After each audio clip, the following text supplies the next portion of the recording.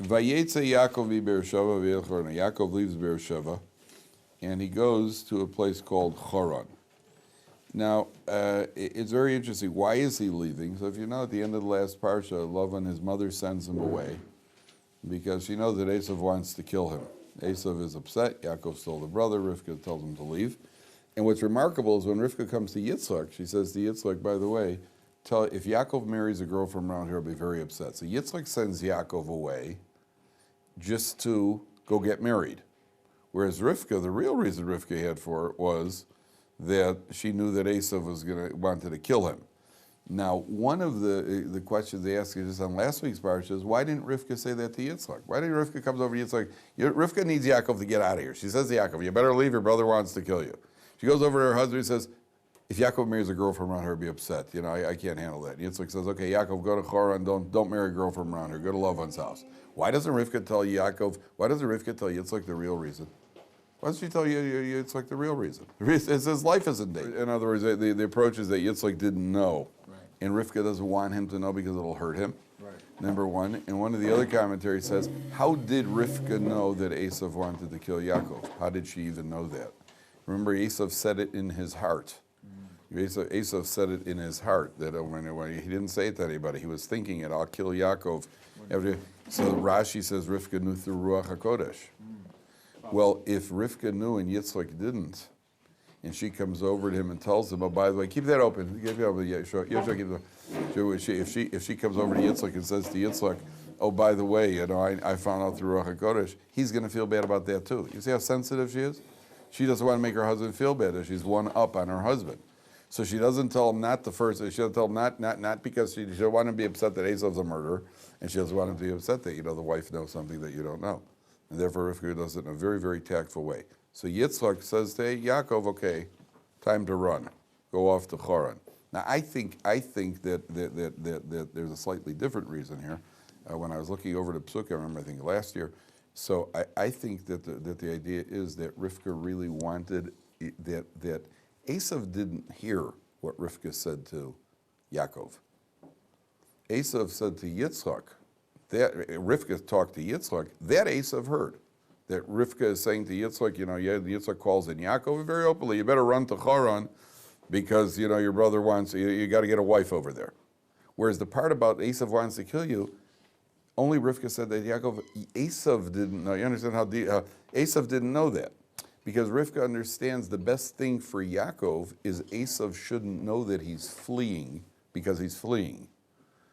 You know, oh, he's going, oh good, he's going because he was looking for a wife, good, I got time, then I can plan this out. They'll give Yaakov extra time. If Esav would find out Yaakov is fleeing because he's fleeing, I better chase him right now. Right? So I think that that's part of Rivka's plan is to create a deception over here and make it look like the real reason he's got to leave is to get a wife, whereas that's a way of deceiving Esav again. So that Esav, okay. Now, Yaakov runs away. And there's an interesting medrash. Where did he stop on his way when he left home? Where did he go? You know what the medrash says? Where did Yaakov stop? Stopped in the base medrash of Shem ve'ever. 14 years. How long was he there? 14 years. He was on the 14-year JLE. He went to yeshiva for 14 years. He's about to run off. He goes to yeshiva. Whatever they learned, whatever Torah they learned in those days, leave the door open. Whatever Torah they learned in those days, Yaakov Avinu goes off. Thank you. Yaakov Avinu goes off, and he goes to yeshiva for 14 years before he goes off to Lavan. So there may be different explanations. Why did Yaakov, now of all times, Yaakov has to go to yeshiva? I mean, Yaakov was already described as the Ish Tam Yoshev Aholim. He was already a yeshiva bacher. He was already a tremendously devoted Torah learner. Why does Yaakov need to go to yeshiva right now? Why 14 years? So we know. All we have to do is go back to the bracha of Yitzchak that Yitzchak gave to Esav. What did he say? Hakol kol Yaakov. The voice is the voice of Yaakov, and when the voice is the voice of Yaakov, that weakens the hands of Esav. Right? So Yaakov, you're being chased by Esav. What do you need more than anything else now? You need to be bolstered. You know, bolster that Torah learning. So he goes for why 14 years? What's the numerical value of 14? Yad. Yad. Well, you're going to counteract the Yad of Esav, aren't you? The Yad of Esav is 14. You're going off to I guess Everybody together. Yaakov, what yad means? The hand of violence of Esav. And the only way to offset that is by going off to yeshiva. So Yaakov go off to yeshiva for 14 years. So what does the Medrash say? 14 years in yeshiva, he never lay down. Never lay down in a bed. Took long shtender naps. You ever see guys in the base Medrash sleeping on a shtender? Yeah. Sometimes guys go, I was never good at it. I think my record is, I think, about 22 minutes. Once was so tired, usually I could get about maybe 8 to 10 minutes out of a shtender. Right? I've seen guys go down for an hour and a half on a shtender. I go on a shtender, to him, shtender's like a pillow. So Yaakov, 14 years in yeshiva, the Medrash says he never laid down in bed. Now, keep that in mind, because we're going to see where he does lie down. Okay, and what lying down really means. Okay, but 14 years, Yaakov doesn't lie down in yeshiva. Okay, I had a guy once. I was in the intro program once. We were giving shiur in the upstairs room. I think Rabbi Schiller's, what is now Rabbi Schiller's room. So I came in with my guys, and the Beis Medrash shiur had just finished. So they walked out, and one of the guys for the Beis Medrash who had been in the shiur was slumbering on the table. He was semi-comatose on the table. So we walk into shiur, and the guys are looking at me like, what should we do about this? I said, wake him up, not wake him up. I didn't know what to do. So I said, listen, guys, sleeping won't wake him up. So we started marshing. You know what marshing sounds like? Yelling at each other. The guy doesn't move. He's sleeping. After about 15 minutes, he picks up his head, and he's like, he's all drooled. He's looking around the room like, sees a bunch of new faces. Just looked at them and just, he collapsed in bed. He was down for the count. After about 10 more minutes, he gets up and walks out of the room. He was absolutely, So Yaakov took shtender naps. Yaakov's on a shtender. Okay, so let's see what happens here. So Vayivka b'makom, he runs into the place, which we're told is Har HaMoriah. It's Har HaMoriah. There's a whole calculation here. Vayolen sham kiva shemesh. He lies down to sleep there because the sun set. Vayikach me'avnei hamakom, he takes from the stones. Vayosim ra'ashos, he puts them under his head. Vayishkav hamakom ahu, he lies down in that place. Now, the first thing is just look over very quickly in the next page, just for 1 second. On the next page, on page 146, the fourth line from the top. When Yaakov wakes up, it says Vayashkem Yaakov baboker. Yaakov gets up in the morning. Vayikach es ha'evan, he takes the stone, asher samarash, which he had put under his head. Right, fourth line on the next page, Pasuk Yud Ches. Yaakov gets up in the morning, he takes the stone that he had put under his head. What does it say over here? What does it say over here? It says, second line on 144, it says, Vayikach me'avnei hamakom, he took stones. He took stones. Yet later on it says he takes the stone. So that is where the Medrash gets the idea the stones were fighting with each other. The stones are saying, I want the tzaddik to put his head on me. And the others, I want the tzaddik to put his head on me. So what did the stones do? They combine. They bind together. You want to hear something beautiful? What does he do with that one stone? He builds an altar. He makes an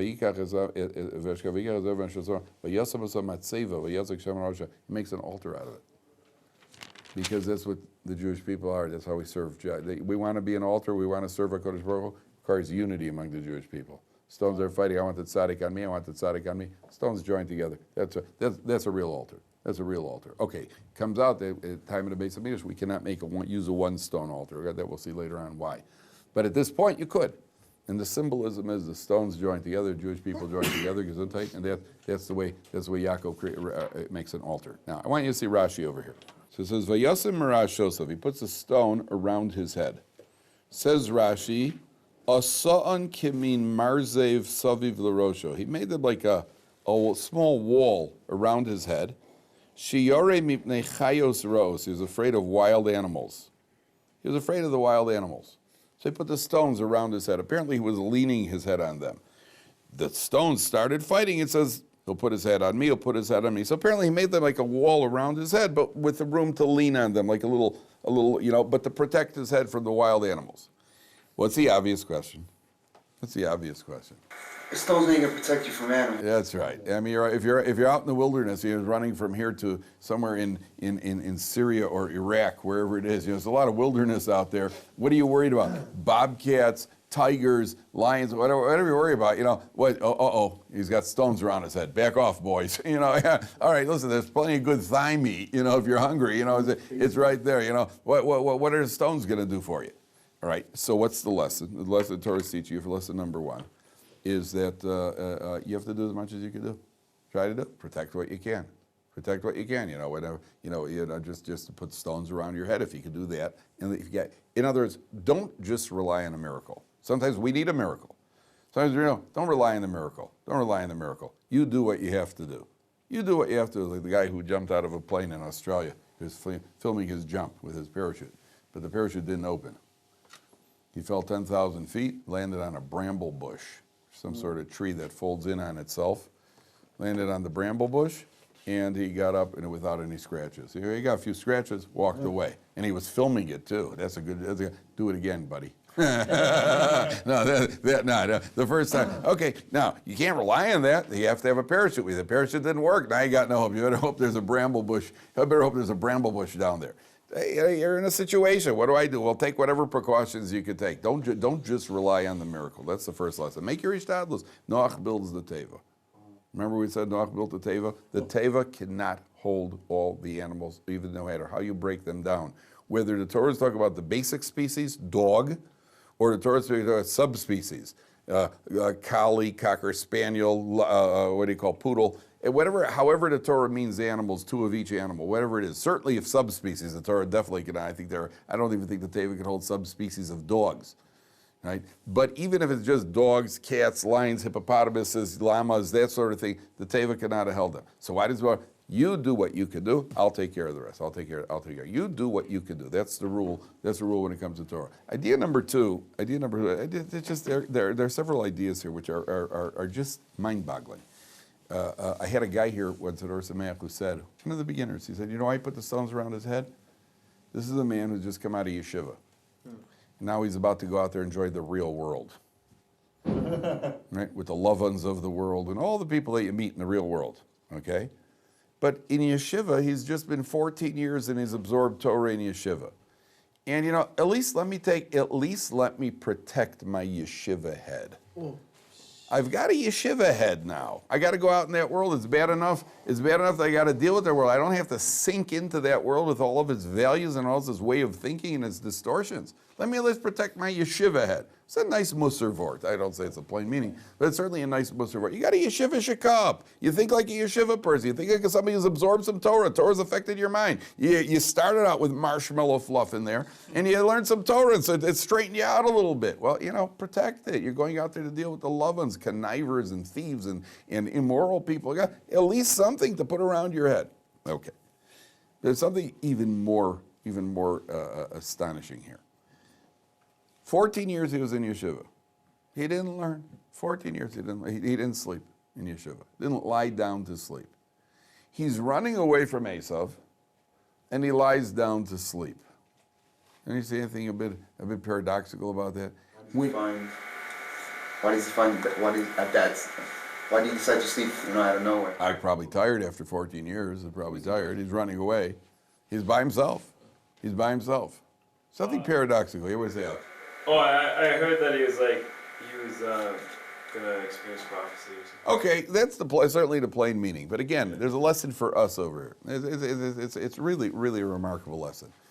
The lesson is that when your adrenaline is pumping, it's hard to sleep. And sleep is generally a result of lack of adrenaline. When I used to play cards when I was 17, I would go out to an all-night card game. Never even yawned. Every card was a new adventure. When you're winning, you can't wait. When you're losing, you can't wait even more, right? Mm-hmm. And you never even, every card's a new, everything's a new adventure. Stay up Shavuos night. You drink coffee, Coke, cake, and you still fall asleep on the table, right? A little less exciting. If they put out a deck of cards on Shavuos night, Kabbalah Torah would be wonderful, right? Stay up all night Shavuos, you're falling out. Why? Because you're not. The tiredness has to do with the adrenaline. In Las Vegas, they don't have clocks. They don't have clocks. They don't have windows in the casinos. They don't have clocks. They don't have windows. Can't see if it's dark outside. Can't see what time it is. Why? I want people looking at the clock, 2 a.m. bedtime.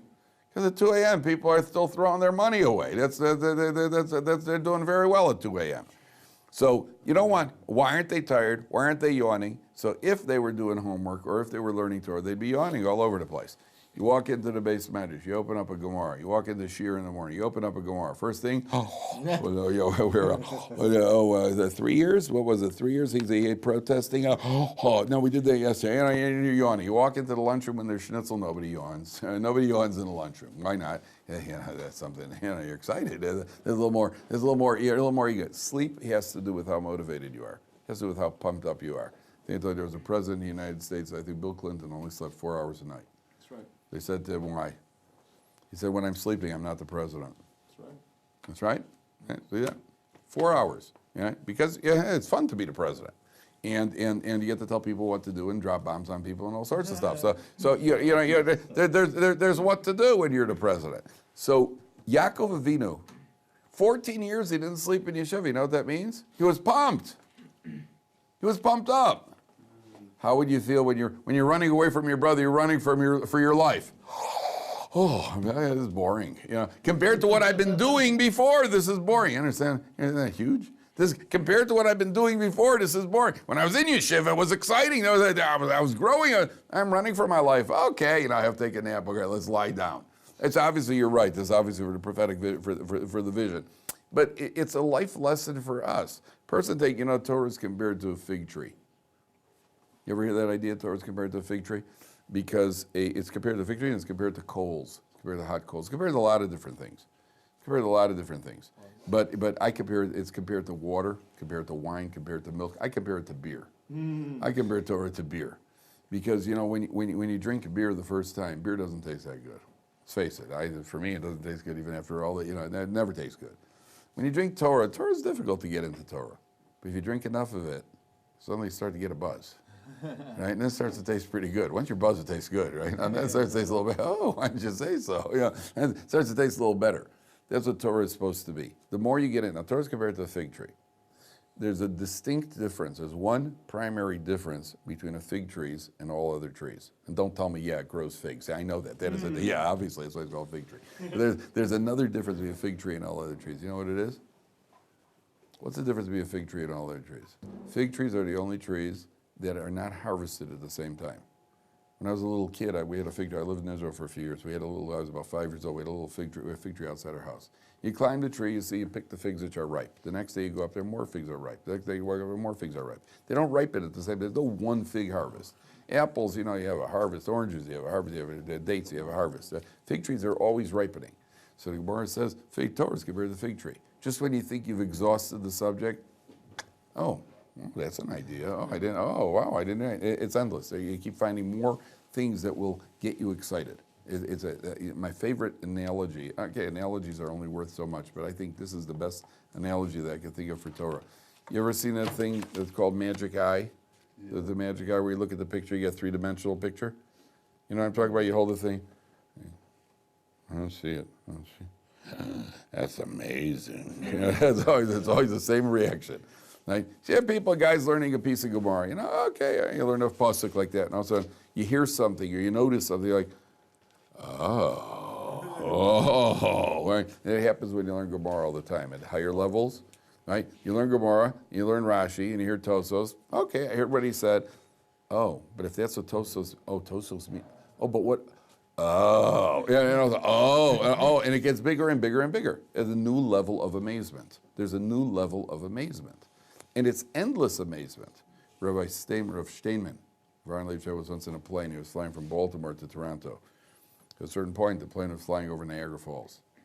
So everybody on the plane is looking out the window. One of the guys said to him, Rabbi, you have to see this. This is Niflaos HaBorei. It's the wonders of creation. So Steinman, what do you think he was doing on the plane the entire time? He was learning. So Steinman says, no. This is Niflaos HaBorei. This is the wonders of creation. And this is wonders of creation, which is spiritual, which means it never ends. Physical wonders of creation theoretically could end. Theoretically, seen it. Okay, how many times have you seen Niagara Falls already? Okay, I've never been, but I'm sure you could. It's enchanting. Niagara Falls is probably enchanting if I've never seen it. But at the end of the day, it's still physical. Here you're talking about something which is in the spiritual realm. The spiritual realm, there's no end to the amazement that a person could experience in the spiritual realm. That's what Yaakov Avinu. Now I'm bored because I'm only running away from Esav. When I was in yeshiva, I was so buzzed up that I couldn't even sleep. I dropped off on a stender from sheer exhaustion. But then I got up again and I continued learning, and it wasn't an effort. It was not he's fighting it. You're what do you call it? I once had a daydream. I had a dream. I had a daydream. What would have been if when I was about 19 or 22, they would have started a sports kollel? You know, you read sports in the morning, watch sports videos in the afternoon, right, and do something, you know, and write. I would have been there 24 hours a day effortlessly. It's only when I got the real kollel that I got tired. You know, a sports call, without time would pass. Like that's how people feel about Torah. That's how people feel about Torah. The person gets into Torah, you don't even notice the time passing. Why do you think guys in regular yeshivas, they sit 12 hours a day, 14 hours a day learning? Yeah, you don't even feel time passing. A guy told me he couldn't wait for the new Harry Potter book to come out because he was having a trip to America. He couldn't wait to get on the plane with the Harry Potter book, sat down, read it. Next thing you know, the plane's in America. And he's completely lost in a different world. So the Havla, I don't mean to make the comparison, but as deep as Harry Potter is, you know, you're learning Torah, you're lost in a world, you stepped into a completely new world over here. That takes you, that's the amazement that takes. I heard from Rabbi Leff, another very interesting shot. This is why does he lie down over here? And the answer is that when a person has a dream, what does a person generally dream about? A person often dreams about the things that are really buzzing around in his head. Yaakov Avinu came out of yeshiva after 14 years of yeshiva. 14 years of yeshiva should give you some sort of direction in life. Yaakov Avinu says, what did I really absorb? I know what I absorbed consciously. The way to really, the acid test is, what's in my subconscious? That'll tell me who I really am. So what does Yaakov Avinu do? He lies down and he has a dream. What does he dream about? He dreams about spiritual growth. Okay, then it's real. If at night, you know, on Purim, I heard this from Rabbi Gottlieb years ago. You know why we got drunk on Purim? Among other reasons. Okay, the basic reason is celebration. Obviously, we're celebrating Purim, and it's a physical celebration, so on and so forth. But there's another reason. Rabbi Gottlieb once said, you know, a person is a Jew who's working on himself all year long. You're working on yourself. You're learning Musar and Torah, and you're trying to grow. How much of it have you really absorbed? So you have one day a year where you get loaded, and you're just, you know, and you're completely, your subconscious is now revealed. What do you do on Purim? So if it's a guy who gets on the table and acts like an idiot, so it really has not been absorbed well. If a guy starts crying at the Purim table that he wishes he could give more tzedakah, so that's a guy who seems to have made some steps in life, you know, because when he's drunk, the inhibitions are gone, and then the real him, or some level of him, comes out. So that's very much when you sleep at night. What did you dream about at night? What you dream about at night is an indication very often of what you're really where you're holding during the day.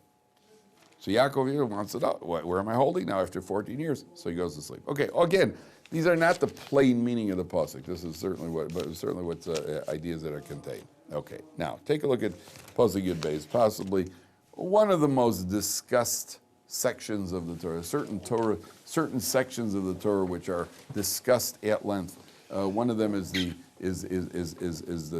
Yaakov's ladder, and there's Moshe hitting the rock, and there's the golden calf. There are certain things which the commentaries go to town on. So let's take a look in pasuk Yud Gimel. V'hinei sula vayachalom, he has a dream. V'hinei sula mutzav arza, there's a ladder set on the ground. V'rosho magia hashemayim, the top of the ladder reaches the heavens. V'hinei malachei Elokim olim v'yordim bo, the angels of God are going up and down the ladder. So then Hashem gives them a vision about how you're going to be spread out, and all these, your God's going to protect you, and you come back, and so on and so forth. All the good news that he hears, that he sees in this vision. Okay, what are these angels? What's the ladder? So there are several ideas here that are crucial for us. The first is that the angels are going up, the angels are going down. The ladder is obviously the ladder of spiritual growth.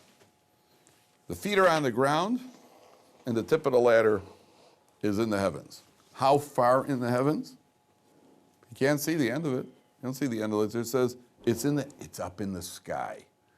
It's way high in the sky. Do you know what the word Adam, man? Do you know if you rearrange the letters of the word Adam, you know what you get? You get the Hebrew word me'od. What does me'od mean? Very. Very or very much. Really, very is closer, right? Me'od is very. But, you know, we could translate that very, very much, whichever way. How much? How much is me'od? Doesn't tell us. Doesn't tell us how much. It just says very much. Man, Adam, is very much. That means you have very much potential. How much potential you have? You have no idea. You have no idea how much potential you have because you don't know where you're going to be holding tomorrow. You don't know what doors tomorrow is going to open. It's windows. You don't know what windows are going to be opened up tomorrow. You don't know what your potential is. You don't know what you're going to accomplish because you don't know what you're going to do today, which will open up doors of accomplishment tomorrow. When Or Sameach was built, I don't think that Rabbi Schuller and Rabbi Weinbach, I don't think when they started Or Sameach they were envisioning a world organization. They were envisioning, okay, let's cater to the people. And so you cater to the people. One thing leads to another. Next thing you know, you got thousands upon thousands of people being exposed to Yiddishkeit. I don't think that they thought of that in the beginning. Yeah, you start, and then you go, my goodness. Then a person after 40 years could look back and he says, I did that? Nobody back then would have thought I had that potential. I did that, sure. Yeah, because you didn't know what your potential was. And then a person accomplishes, next thing you know, look what they've built. Look what they've built. That's a person's potential. So you don't even know your own potential. None of us know. We only know one thing. We have very much potential. How much? You climb up the ladder. Malachei Elokim, Olim v'Yordim. They're going up and down the ladder. So one of the commentators says, you know what that Olim and Yordim means? First of all, a ladder is made of rungs. Which tells you what, Sam?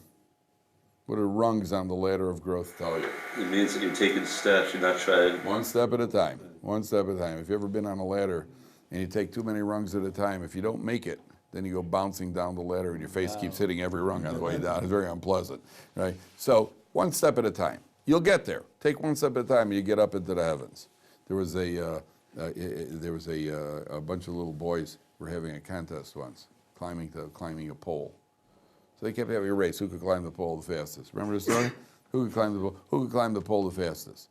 So a bunch of little kids, little Hasidic kids. There's an elderly man watching them, and one kid kept winning over and over. One kid kept winning the contest. So afterwards, the elderly man comes over and says, "You know what? I was watching the contest. I could tell you why you kept winning." Yeah, he says all the other boys, as they got higher up on the pole, they started looking down. They saw how high they'd gotten, and they got a little nervous, so they slowed down. I was watching you. You kept your eyes focused upwards. You never looked down. You kept focused upwards. You kept winning. You got the highest. So it turned out the little boy was the Sfas Emes, one of the leaders of the Ger dynasty, and the older man was his grandfather, the Chedushay Harim.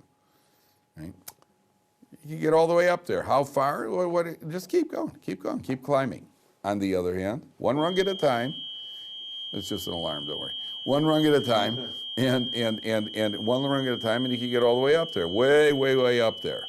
But remember one thing: the angels go up and they come down, which means that in your process of spiritual growth, you're going to have up days and you're going to have setbacks.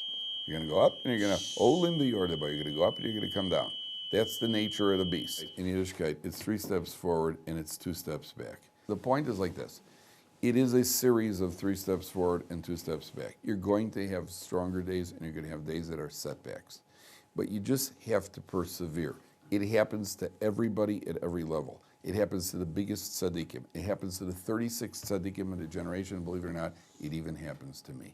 Right? So I'm the 37th. So you understand, everybody goes through that. The Gadol Ador goes through that. The Gadol Rav Chaim Kanievsky has days that he feels, okay, if our good days would be like his bad days, we'd be very happy, right?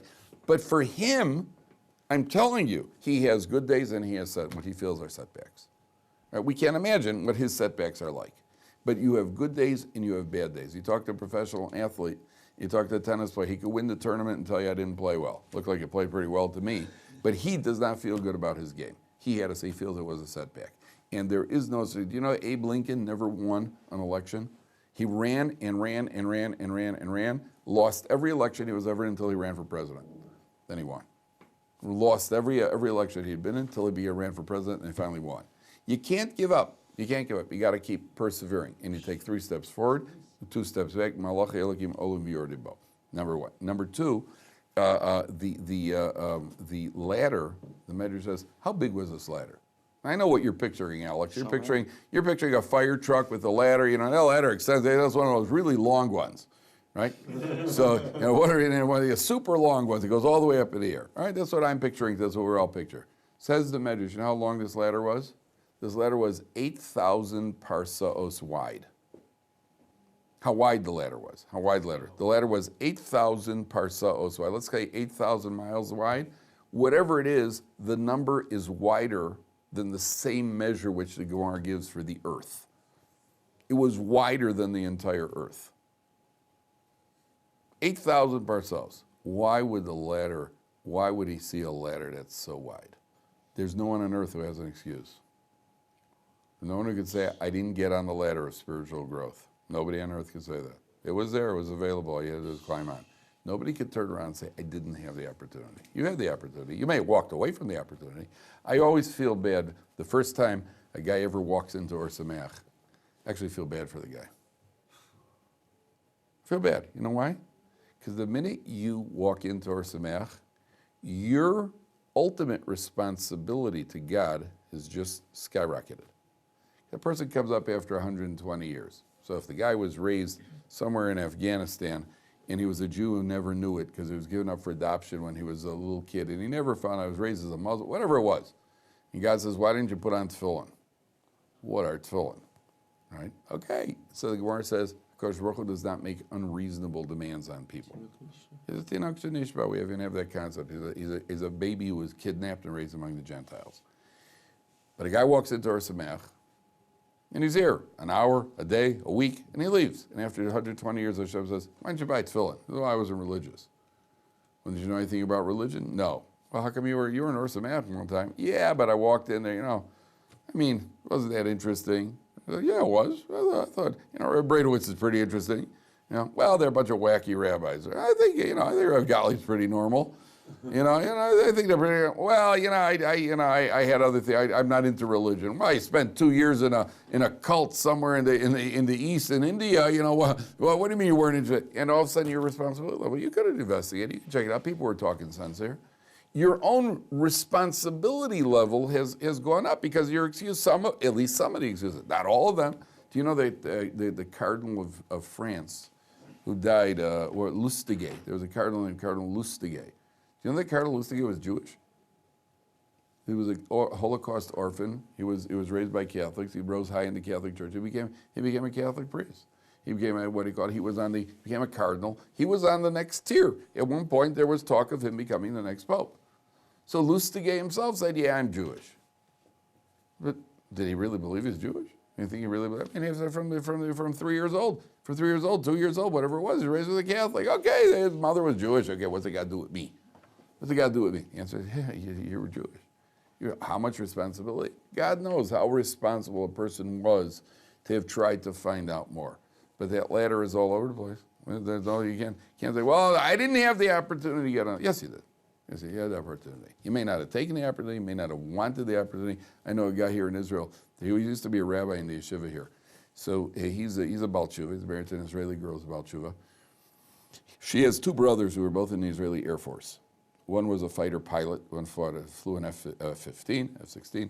The other one wasn't quite as good as him, so he became a helicopter pilot. Only the cream of the crop gets into the Air Force. And then one was so I asked him once, what's the difference between your brother-in-laws? They're both obviously very sharp, smart guys with all the talent. So why did he make it into the F-15s and he only became a pilot? He said to me, because the older one is much more cynical. He deflects everything. Everything deflects off him. And he's so confident. The pilots, they teach them to be confident. You're the best, you're the best, you're the best. They're very, very confident, very, very. So I once asked him, did he ever have a chance to become a Baal Tshuva? Did he ever work on him? He says, one point he started getting interested. At one point, he started getting interested, and then all of a sudden he suddenly quit. He said, I don't want to pursue this. I might become religious. He walked away from it. And he had very little to do with them ever since. I've spoken to both of these pilots. I've met both of these pilots because one time I had a call. I asked him what his older brothers, they both fly for El Al now. They're both pilots. All El Al pilots are former Army, what do you call it? So I was curious about certain things about flying, about how planes stay in the air, sophisticated questions like that. So I called up the brother who had been the F-16 pilot. He's a pilot. I said, hi, I'm a friend of your brother-in-law, Gavrili, and I want to know if I could ask. He's being very polite. I said to him, is this a security problem? Is this dangerous? If the turbulence, all sorts of stuff. So at a certain point, he says to me, and he's being very polite, very pilot-like, almost that tired pilot voice. Oh, ladies and gentlemen, welcome. That's how he's talking to me the whole time, very polite. And I asked him if something was dangerous. He goes, well, that's not dangerous, but when your friends get up to pray on the plane, that's dangerous. So I said to him, well, they're only praying that they should have a good pilot. And we cut it at that. That was the end. Then I met his brother. I heard his brother's name announced on another flight. I got all excited because it was a very unique last name. So I asked the guy, is that so-and-so? Is he related to us? He said, yeah, it's his brother. So I said, could you tell him? I handed up a note. I said, could you give him this note? I'm friends with his brother-in-law. So he comes back to me. He said, they would normally bring me up to the cockpit to meet him, but he doesn't have any personal recognition of who I am, so that's the rule. So he eventually came down the aisle and said, the pilot came over. I felt so important, the pilot comes over. I think he was disappointed. There's a Haredi guy sitting in coach. So, but he understood. He walked away from it. He was getting there. And he walked away from it because he was afraid. Okay, God knows the accountability level that we don't know. But there's certain accountability. It was there. It was available for you. Okay, tomorrow we'll continue. So that's the lesson. It's accessible to everybody.